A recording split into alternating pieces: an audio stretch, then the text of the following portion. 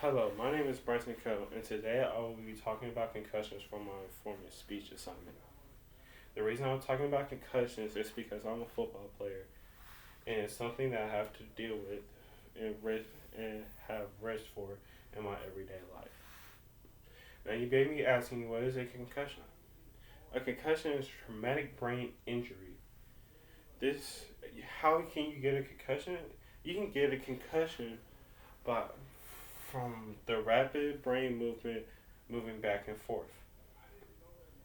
Now, what are the four major symptoms and most common symptoms for a concussion?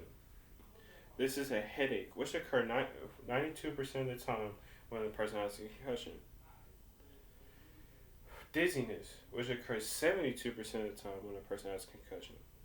Confusion, which actually occurs only 56% of the time when someone has a concussion. And nausea, which occurs 39% of the time when a person has a concussion. Now, you can have all those symptoms, or you can have just one of those symptoms, and you can be considered to have a concussion. Now, but what's the big deal about concussions? Like I said, a concussion is a traumatic brain injury, which can be very harmful to you for a short term or a long term time. A short term is you have to sit out and be injured for a couple of weeks.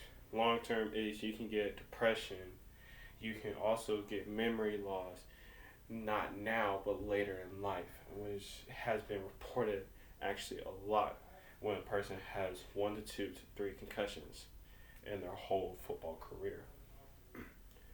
But okay, besides that, what else is the big deal about concussion?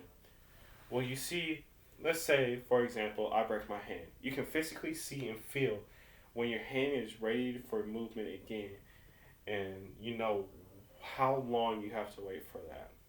With a concussion, that's not the case.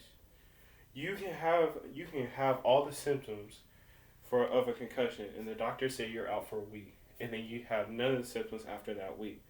Your brain still might not be fully healed. So you go back to your football activity or your wrestling activity or the activity that got you that concussion, and you do the same thing.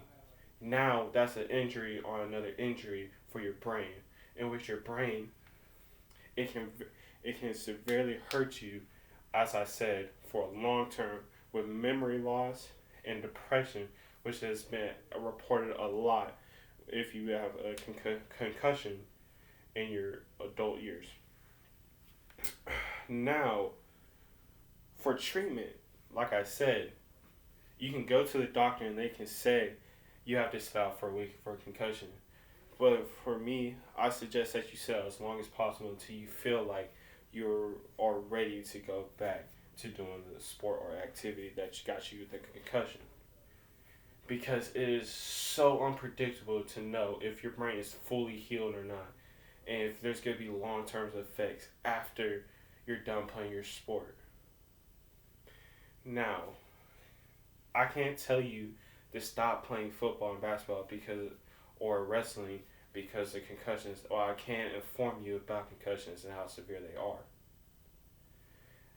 And like me, other people have talked about concussions and brought it to the forefront, which made the NFL change rules to help players get less concussions. For example, the NFL eliminated blindside blocks in 2017. Because of this, the NFL concussion. Oh, excuse me. According to CNN, the concussion number in 2017 was 281. In 2019, it was 214. That's a significant decrease from the year before. And that is good for the game of football and the game of life. So basically, a concussion is a traumatic brain injury and can affect you in a short term or long term time. I cannot tell you to stop playing football because of a concussion. What I can do is inform you the risk of having a concussion. Thank you, and that is my informative speech.